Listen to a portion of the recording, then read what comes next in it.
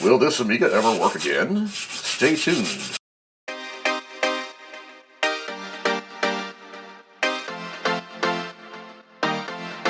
Hi, it's Chris and welcome back to Something Else Amiga. I've been putting this off for a while for a reason. This is a continuation of the Amigas from Mr. Dale. This, you guessed it, is another revision for Amiga 2000 with just a little bit of damage. You may have saw I covered it in the unboxing haul video. Well, check this out. I've never seen a processor socket such a pretty shade of green.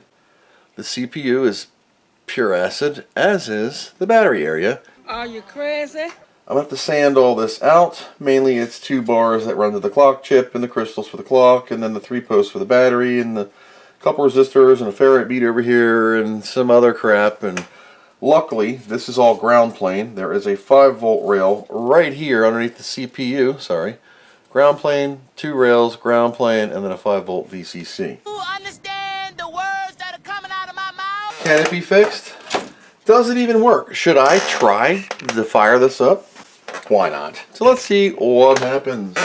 Nothing's going to happen. If it does, that's hilarious. I'm still going to give it a clean because it's green up to Agnes. Energize, energize, energize. Power supply spinning, power supply's off. Daddy? Got a video signal. It's not going to work because the CPU is green as a swamp. It's a 1.3 ROM. It should have already popped up by now, and we have nothing. Must be dead. His brain is gone.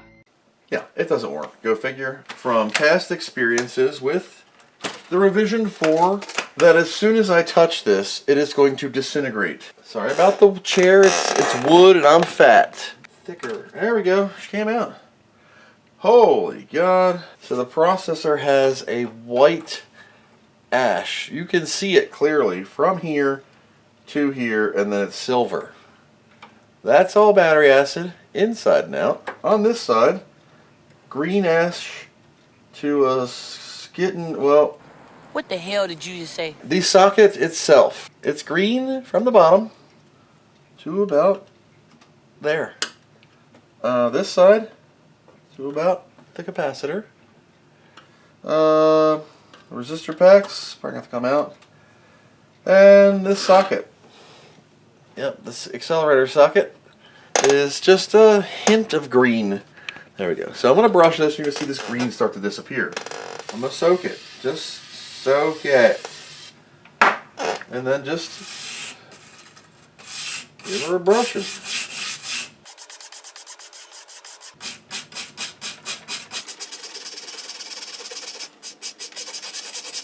Will this Amiga ever work again? Stay tuned.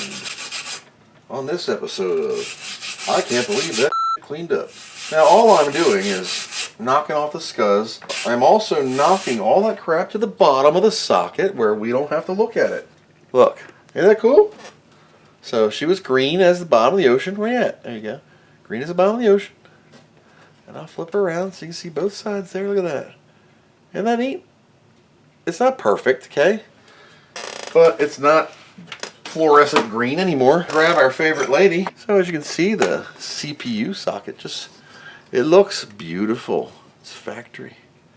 And the ROM socket is pretty much the same. Agnes is green too. No! Should I even bother with it or just leave it? I'm just going to look at it and pretend I didn't even see it. The bottom, believe it or not, doesn't look bad. We have acid through here. We're going to remove the battery post, 2032 it, the whole 9. That CPU is something else though. I mean, that's the whole neat part about this. Can this old dude get this Amiga running again? I don't know. I'm just going to add some solder. While you're adding solder, changing the chemical composition from crap to something that actually can be removed with the solder sucker. Make sure you breathe in. Don't worry about bridging or being sloppy or anything. Had Chinese food for dinner tonight. I'm not cleaning the tip, I'm just letting it ball up and be a slobby mess. Get this battery out. I'm going 390 communist. Just gonna see if I can get these out. Wow. And we clogged the gun. Big old turd. Second hit. Third hit. Wow. Amazing. 3 holes. And that's it. I actually have metal on the battery post. The negative appears to be gone, but it's on the bottom, so we're okay. That's the amount of lead I just pulled out of 2 sockets. So this is the ROM socket. You can see maybe the green on the tip. The green on the tip up here. Well, that creeps up from the board into the top, and that's how you get this greening. And that also gets on the chips, and that breaks contact. When you have these pins here, like pin 1 through 10, I'm always talking about, that's usually where the acid creeps to. Also 64, 63, 62, 61, and 60. Okay? Because especially 64 runs over here. There's these 2 dots that kind of goes right around it to the resistor pack over here. These dots here. These dots a lot of times blow their via rings because, again, battery, barf. Sometimes you're going to have to pull the resistor pack out to do a continuity trace. Usually these are okay. Sometimes you get a line broke between here. This 2 dots that are, say, 68,000. There's 2 solder points in here. They're probably gone. And the rings that connect either this side over to the resistor pack or around this area, they're going to be toast. So what you can do is you can either go underneath and up to the ROM line or wherever they need to go. But what I'm going to be using is Sprint Layout Viewer. That's the program I use with the Amiga 2000 Sprint Layout files that are readily available on Google. Go and pick a board. So we're going to go to Amiga 2000. I only have a rev6 and a 6.2, so I'll do rev6. It's the same except RAM. Okay? This is your tutorial in Sprint Layout Viewer. It looks like this. You're like, oh my god, I'm using the mouse to scroll in and out. That's the board. Well, I can't see anything. Well, down here, you have the layers, okay? You turn off the layers. So I'm going to select silkscreen top, and I'm going to slap off the copper bottom and the silkscreen bottom. There. Now I have a basic board. You're thinking, I can't see anything, Chris. What are you talking about? Okay, so let's go to our 68,000 here. The 68,000 right here. Here's your battery. 1, positive, negative. Barf. See what I was talking about? The big ground plane, 2 rails, and nothing but ground plane. So even though it looks like, you know, it barfed everywhere and your day is ruined, it's really 2 clock lines and the VCC rail up here. And then your normal barf. But I mean, the big mess right here, don't sweat it. You're okay. Okay, it's got a little bit more ground.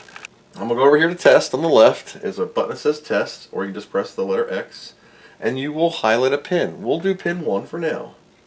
Boop.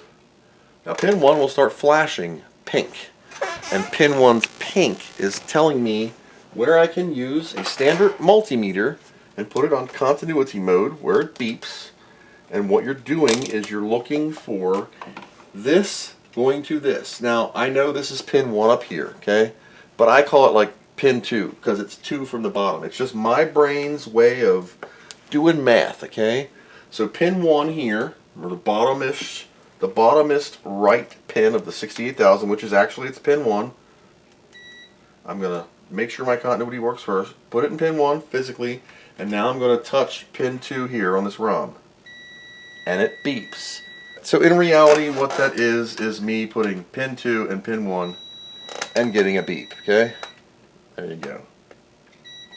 So that means that one line, that one single line here is good. Now, depending on your level of damage, mine went all the way up, so I have to test all of them up, okay? If you only got a barf to here, test to here. Always test this side, even if it doesn't look bad on the rail itself of the socket. What happens is these guys going across here. How about and then. So you want to make sure these are good. And that's where these little dots come into play. Mainly down here, you know. That's what you want to focus on. After you do your 10 or whatever, I'm going to go up. I usually go up to about the ground plane right here. It's about 11 or 12 of them. I don't know. Now, I haven't even cleaned the socket yet. I was just jumping ahead of myself because I get a little excited and I have some premature evacuation of the solder. I get too excited to share some wisdom. Now, fiberglass pen, you can get these on Amazon. Can't find them in the stores, like Michael's Crafts had them. But they're like a pen that you can twist and it gives you more. Ooh. But you run them close, and they're like a brush. But that is not smoke, that is fiberglass, so don't rub your eye. It's a light, like, sander dude. And it really cleans up those holes. And I run over these a couple times just to make sure I get all the schmutz off, right? You're just looking for metal. Don't sand it down. You're not repainting your grandpa's car. Don't sand it down to the copper. You're just cleaning up those circles, the vias. So in this bottle is distilled white vinegar. I'll just squirt that down. You're like, oh my God, Chris, distilled white vinegar is a light acid. Yeah, I know. That's going to rejuvenate all the crap that you just got out of there, and it's going to allow you to get in them holes, okay? And when you get in them holes, you're going to get this sludge of green, just wonderful stuff out. And we're going to neutralize all this in a second with isopropyl alcohol. Just clean up your holes you're repairing. La la la la la la la la la la la la. Sing a song if it makes you happy. But in reality, you're just kind of cleaning up the scuzz. You see the green? See it? That's all the bad stuff you want to get out of the board. And the idea with the vinegar, it smells like Easter eggs right here, is this will, reactivate all that acid. You're like, oh my God, it's going to eat everything. No, it's not. You're okay. Solder mask, or the green crap of this motherboard, since this was sitting in acid for 30 years, is starting to separate the laminate. More green. And that means the layer where the circuits are is peeling off of the fiberglass layer inside, which is not a good thing. Now, when you're finally done, take some isopropyl alcohol and hose her down. Just give her a bath. And I let it sit for a second. It's soaked. It could run right off the board, but it looks cleaner. Now, when that's done, you can scrub this up too, and you'll get some more green crap coming out, because I bet you Agnes is toast. Give her a bath till she dries up. Don't worry about your cotton swabs or Q-tips or whatever. Disposable parts are cheap. Take your time. Don't go in there John Rambo with a soldering gun thinking you know what you're doing if you don't know what you're doing. Practice on PC cards or old junk, something you found in your garage, broken toaster, circuit board. Something. Get used to how a soldering gun works, how flux works with flow.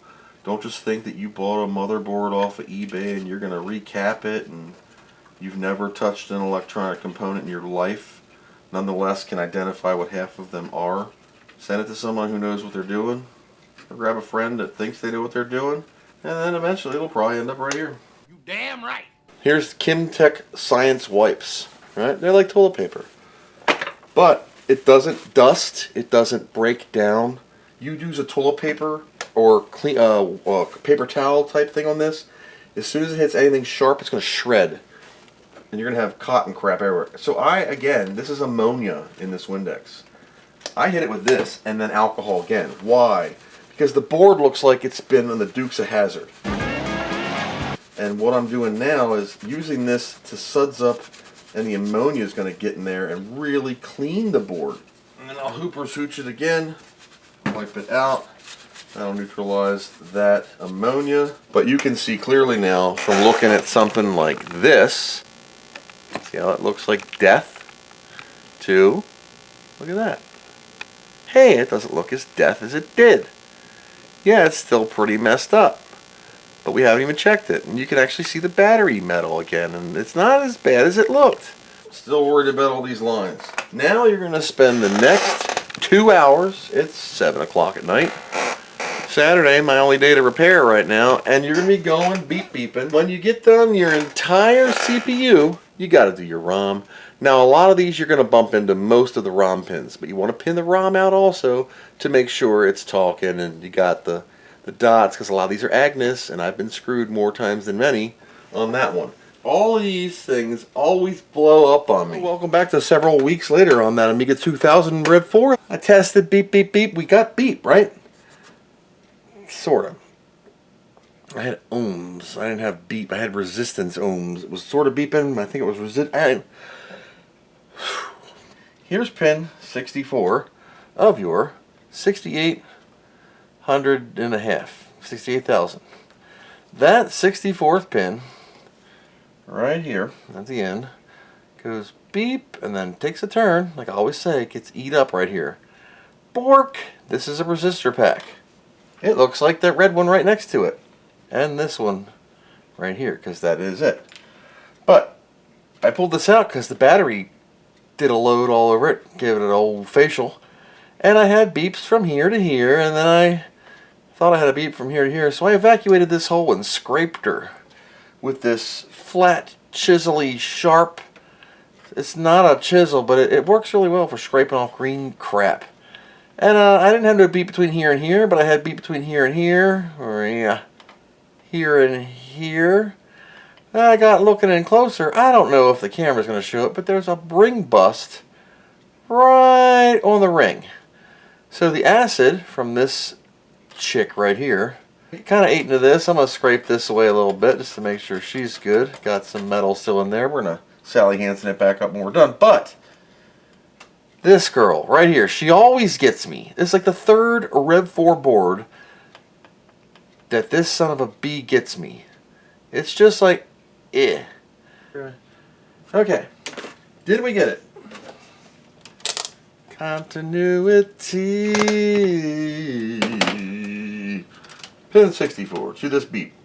Oh, hell yeah. Sorry about not answering you right away. I turned off notifications on Facebook Messenger because it goes off like a drug dealer. That's Mr. Jonathan over in the United Kingdoms. He sent me these things called Twiggies, Twiggins. They're like little pieces of wood. It's like a pretzel thing, got Marmite on it, and then, whew, it's overkill. Mona said they tasted like she was eating a tree bark. It was. They're pretty strong. Now, I've had Marmite on my toast in like a micro layer where it's tangy, but it's tolerable. I guess it's good for you or something. I don't know. What was I doing? I don't know. I'm tired. I'm gonna call it a night and figure this out with a fresh noggin.